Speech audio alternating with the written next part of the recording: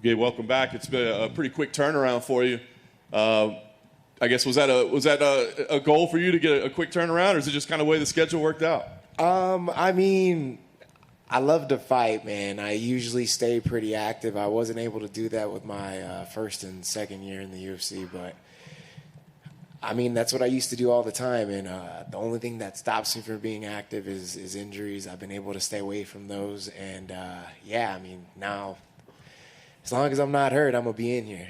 Nice. I was going to ask you, it's the first time you've been able to do this in a while over the last couple of years. So I guess how did your body respond? I mean, is it been like, oh, man, maybe we should have taken a little more time off? Or is it like, oh, no, we're dialed in now? Nah, yeah, I'm super dialed in. I'm ready to rock. My body's just like, it's hungry. It wants another fight, and I'm here for it. They keep tossing you these undefeated prospects, right? I mean, what are your thoughts on this matchup when they give you names like that? I mean, I really don't worry about any of that stuff. I live in the gym. I stay there. I grind. And, I mean, I got a lot of faith, so God's plan, whatever Jesus brings towards me, all praise the Most High. We just going to go get it. Do you enjoy the role at all? Or maybe like kind of being the underdog or kind of being the guy that people, the attention's on the other guy? I mean, it'd be cool to have a little bit of respect on my name, but I mean, yeah, I'm not worried about it. I haven't been around the UFC that long. I haven't fought too many people. So, I mean, respect is earned, and hopefully I earn a little bit more this fight. And here you are, like you said, early in your career, but T-Mobile Arena, packed crowd, International Fight Week. I mean, does this feel like a big moment in your career? Yeah, I mean, I haven't fought in front of a live crowd since 2018. Everything's been at the Apex, and I absolutely love a live crowd. So, I mean, just having people actually there in the audience, I think it's going to make me be an even better me than anyone's ever seen. Nice. Last thing for me, I mean, goal here, obviously you want to win, but do you feel like this is that opportunity maybe to get that respect that maybe you don't have right now, or what is your goal in this fight? I mean, my goal is just to go out there and, do what I'm capable of, or even, past what I'm capable of, rising to a new level. I mean, like I said, at the end of the day, God's plan, you know what I'm saying? So he wants me to win, I'm going to win. So let's go see. Gabe over here. What have you made of Ian's first couple of fights in the UFC? I'm sure you've watched some tape. What would have sort of your assessments of him as an opponent? I mean, he's in the UFC. He doesn't suck. He's good. He has skills. His opponents weren't super good in my opinion. So, I mean, it's going to be interesting to see, how he deals with me, who I think is a step up in competition compared to who he's fought so far. And just how much confidence do you have coming off that last win, knocking out Johan Leines, who previously undefeated? You must be feeling good going into this fight, having all that momentum.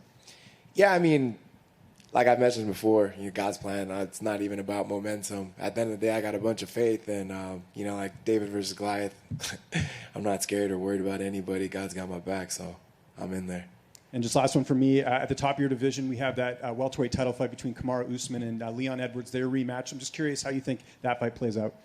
I think Usman takes it. I mean, Leon, he can grapple. I think Usman grapples a little bit better. And then, his striking's just above Leon's too. So, I mean, I'll be watching. Gabe, back here. Back here. All right. There you are. How's it going? John had mentioned when he asked you about just fighting these undefeated prospects and kind of putting you in that role, but there's a little bit of sizzle on Ian right now. There's a little bit of hype behind him. What was your reaction when you got the name initially? Were you like, ooh, this is a good one, or was it just another name to you? It's real funny, actually. Right after my last fight, after I beat Johan, one of my teammates, Josh Jones, was like, you should fight this Ian Gary kid next. And I looked at him, and I was like, I have no idea who that is. And I don't watch, to be honest, completely honest with you guys, I don't watch a lot of fights. I more listen to my team and my coaches to find out, anything about anybody, about who I'm going to fight. I'm more worried about my own skills and building myself as a fighter. But, yeah, I mean, he mentioned it, and I was like, yeah, man. He gave me little details on him. I'm like, yeah, super cool. And then I told the UFC I was ready to fight, whenever, just let me know. And they said maybe July, and I was all like, July 2nd? And then they didn't give me an answer. So I was just, training in the gym, and then it was like mid-June, and I was like, so what's up with July, man? It's coming around the corner. And if I'm going to fight somebody, I'd like to know. And my manager came back to me 2 days later and was like, Ian Gary. I was like, you know what? That name's very familiar. Yeah, let's take it. So, I mean, yeah, I'm stoked about it.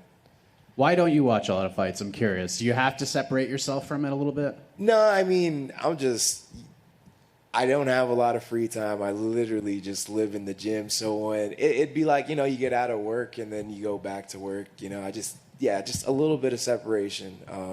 I'll watch them, but I don't watch like every single one. And then Ian's obviously getting ready for this fight. He's trying to make his name a little bigger against you. What's the biggest thing you're going to bring to the table that no matter what Ian tries to do or how much he's prepared for you, that he's just not going to have any answer for? At the end of the day, I just bring a fight. You know, if you're in the UFC and you're signing that contract, you should definitely be ready to have a fight. But it seems like sometimes guys just don't bring it, you know. And if there's one thing that you can guarantee if you sign a contract with my name on it, it's I'm going to be there, and I'm going to be there to fight you.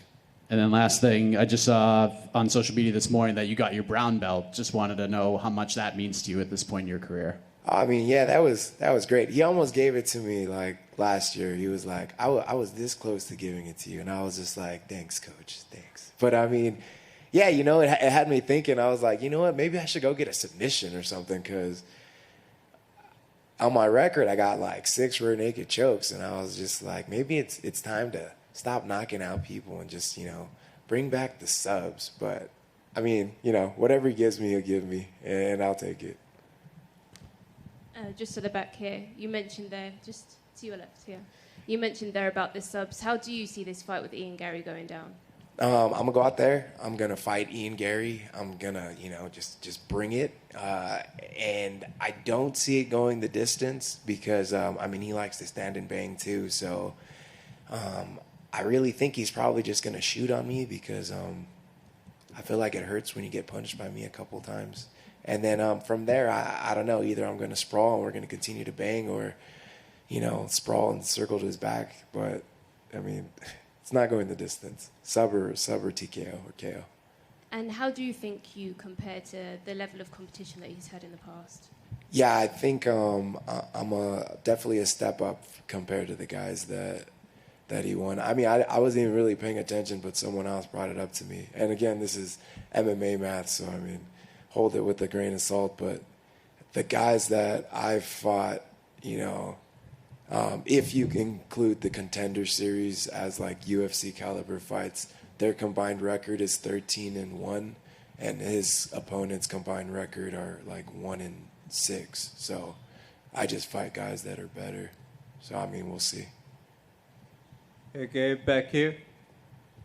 Right over here. Oh, Gabe, what's up? What's up, man? Long time since we spoke. You talked about it. You feel like Ian is not as good as he thinks he is. Is it safe to say that you think that he's kind of buying into his own hype a little bit since he's been in the UFC? Yeah, I mean, it definitely seems. I mean, you got to walk around with a little bit of, you know, cockiness when you're here, and definitely some self-belief. But I think he's getting a little big-headed, and might be overlooking some people that he shouldn't be overlooking. I know he's probably going for the low-hanging fruit, but what was your reaction when he tweeted out stuff like he is going to be the only, quote, gifted one that you see on Saturday? I mean, off top, someone told me that, and I was like, that's funny because I'm going to gift him an L. So, I mean, everyone can be witty. Thank you. Thank you, guys.